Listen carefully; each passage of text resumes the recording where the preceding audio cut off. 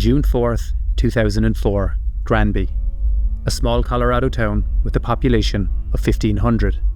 The kind of place where nothing urgent ever happens, until 2:05 p.m. that afternoon, when this emerged from a garage. 60 tons of steel and concrete, built in secret for 18 months by a man the town thought they knew. What you're looking at isn't just a bulldozer, it's a mobile fortress. Bulletproof, bomb-proof, with gun ports, cameras, and supplies to last for several days. In the next 2 hours, it will wreak havoc on a small Colorado town. Police will fire over 200 rounds at it, and for the first time in US history, a governor will consider firing a missile from a military helicopter at an American civilian. 13 buildings reduced to rubble, livelihoods destroyed in minutes, a town that will never feel safe again. This is the story of Marvin Heemeyer and the machine that would be seen on headlines around the world, the Killdozer.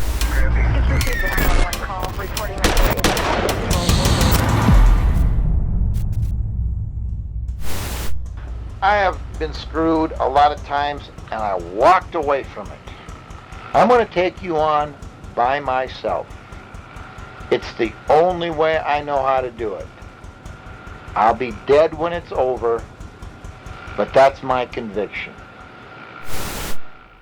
The town of Granby, Colorado sits in the Rocky Mountains, stretching along Highway 40. Family-run shops, a weekly newspaper, it's the kind of place where people wave from their pickup trucks. 3 years earlier, in 2001, a man named Marvin Heemeyer bought a small lot on the edge of town, built a muffler shop called Mountain View Muffler, paid his taxes, and kept to himself. Neighbours knew him as helpful and generous, and over time he became a well-known figure in Granby's tight-knit community. But Marvin had also shown flashes of something else. Over an unpaid repair bill of just $124, he'd once threatened a customer so intensely that the man paid immediately before exiting the shop for fear of his safety. Most people paid little attention to outbursts such as this. What they didn't know was that behind the scenes, Marvin had begun to change. The transformation had been building for years, and on a Friday afternoon on June 4th, 2004, the town would never be the same again. The way you punished me over the years that I was down there, and how you punished me, for the most part turned me into a desperate man. And desperate men do desperate things. At 2:05 p.m. that afternoon, the Killdozer rolls into daylight for the first time. 13 feet tall, 60 tons of steel and rage. Next door, workers at Mountain Park Concrete freeze. They can't believe their eyes as they stare at what looks to be a homemade tank. This is the Dochev family's concrete plant, the business that started Marvin's war with the town. As the machine turns towards them, Cody Dochev watches his life's work about to be erased. In desperation, he jumps into a front-end loader and rams it into the Killdozer, but it has almost no effect. Cody tries to lift the monster with his loader's bucket. The hydraulics strain, the engine screams, but nothing. The Killdozer shoves the loader aside, then turns back towards the concrete plant. Cody scrambles for his handgun and fires at the machine's camera ports, but the bullets spark off the bulletproof glass. From inside the steel cocoon, Marvin fires back. A rifle shot cracks through the air. Cody dives for cover. The first shots of Granby's war have been fired, and Marvin has just begun. The Killdozer ploughs into the plant's metal building, and the structure crumples like paper. Storage silos topple, cement mixers are crushed into scrap, sirens begin to wail in the distance. Nothing can stop this machine. From the outside, it looks like the bulldozer is encased in concrete, but this wasn't some hastily welded truck. This was engineering born from obsession. For 18 months, Marvin had built his fortress in secret. The base is a Komatsu D355A bulldozer. The armour wasn't just steel plates, it was 2 layers of half-inch thick tool steel, a hardened steel designed for cutting machinery, with concrete sandwiched in between. In some places, it was over a foot thick. Inside the machine, Marvin had a built-in air conditioner. Compressed air blasted dust off his camera lenses, and he brought enough food and water for a weeks-long siege. He installed 5 cameras around the body, protected by 3 inches of bulletproof Lexan, but it was the gun ports that revealed his true intentions.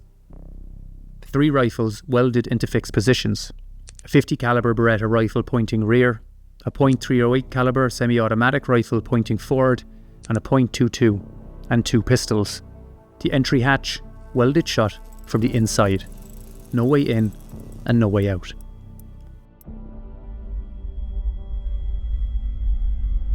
But how did Granby streets end up at war?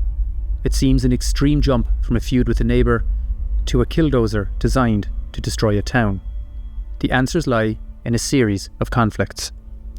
First, a sewer line.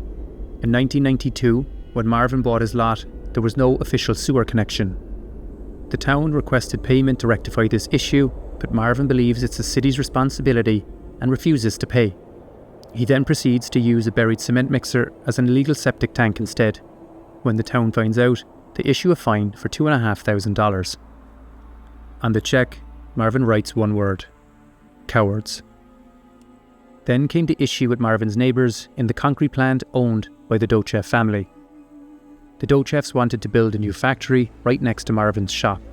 He fought the proposal, even rallying neighbours to his cause, filling the local town meetings, and for a moment it looked like he might win. But the Dochevs fought back, and the town board voted unanimously to approve the plant. Marvin was now the lone dissenter. "I felt like David versus Goliath," he would later say, except David had God on his side. He later sued the town and lost. The Dochevs then offered him a free sewer connection to end the fight, but Marvin hung up the phone. By 2003, Marvin's world had shrunk to a list of names. 107 people he believed had wronged him. Town trustees, neighbours, even a Catholic priest who'd opposed his previous attempts to legalise gambling in the area. For 18 months, Marvin locked himself up, living like a ghost in his own garage, working mostly at night, eating alone, developing his master plan. The Killdozer turns off Main Street, heading for Granby Town Hall. Inside the brick building, it's children's story hour at the public library. There are 5 kids and several parents. The building shakes as the Killdozer slams into the west wall. Bricks explode inward, children scream. The librarian had gotten a warning call 60 seconds earlier. She's already rushing everyone towards the side door. 5 children and their families sprint for their lives as the building collapses behind them. The Killdozer grinds through the town hall, leaving the building demolished. Next, the Thompson family home on 6th Street. Dick Thompson, the former mayor who'd sided against Marvin, had died years earlier, but his 82-year-old widow was still living at the residence. The Killdozer ploughs through the house. Thelma and her family escape out the back of their home with seconds to spare. Decades of memories are flattened in seconds. Before he unleashed the Killdozer, Marvin had recorded 2.5 hours of his manifesto. He mailed the recordings to his brother just before the attack. I should have learned that people are ultimately corrupt. I'm going to have to die with it.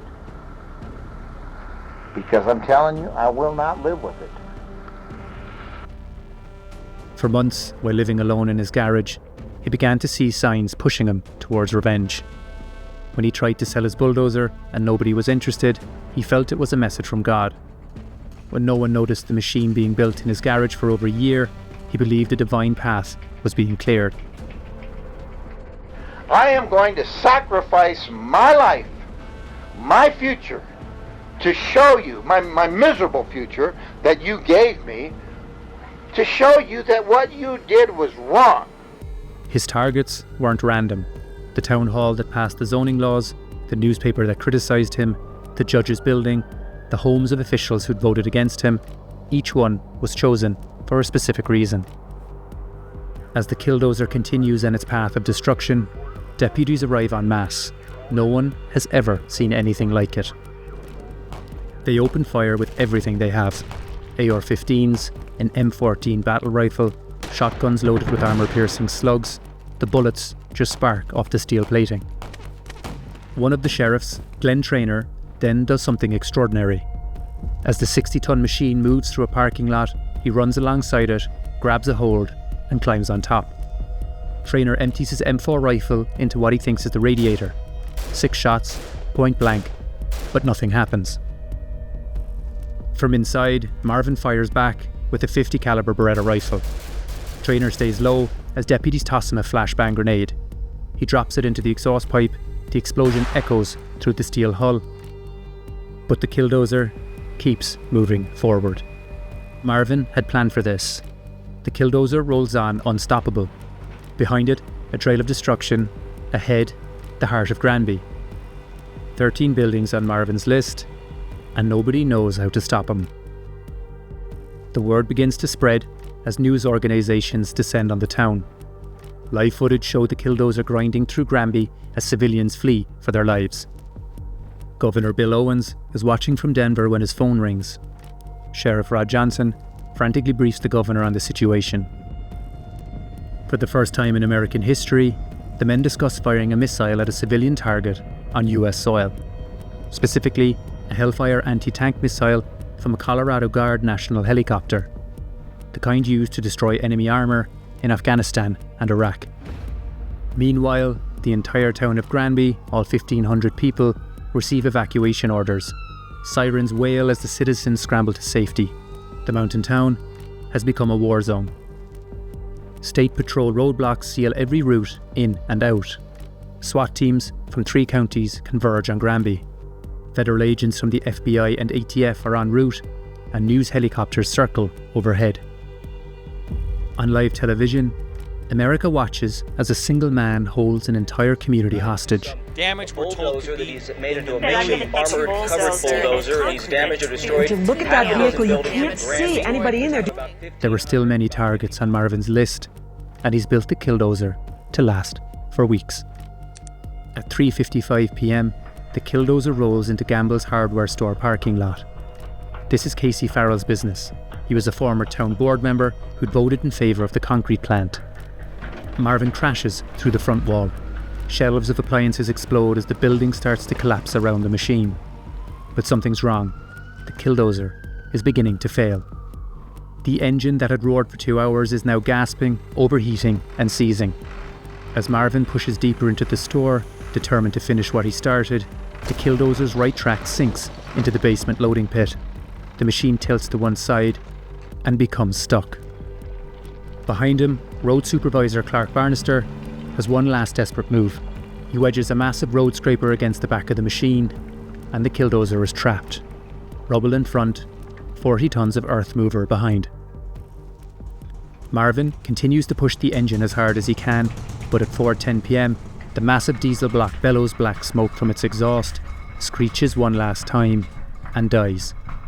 For the first time in over 2 hours, Granby is quiet. SWAT teams surround the motionless machine. Over loudspeaker they call for surrender, but receive no response. At 4:30 p.m, a single gunshot echoes from inside the steel tank, followed by silence. Marvin Heemeyer, welder, neighbour and destroyer of towns, has taken his own life. The rampage that terrorised Granby for over 2 hours and 7 minutes is over. 13 buildings destroyed, millions in damage, a community's sense of safety shattered forever. But somehow, impossibly, only one person is dead. The man who built the machine. Today, Granby has been rebuilt. New buildings stand where old ones fell. The scars in the pavement have been paved over. Life goes on in this quiet mountain town. Yet the story refuses to die.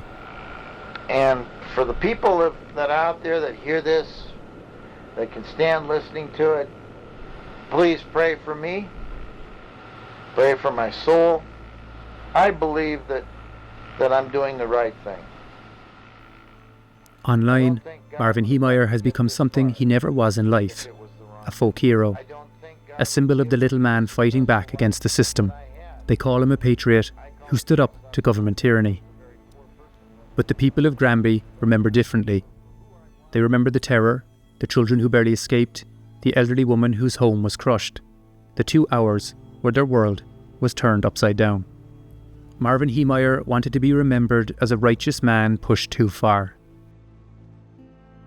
But Sheriff Rod Johnson would later say, this wasn't about righting a wrong. It was about a man bent on revenge.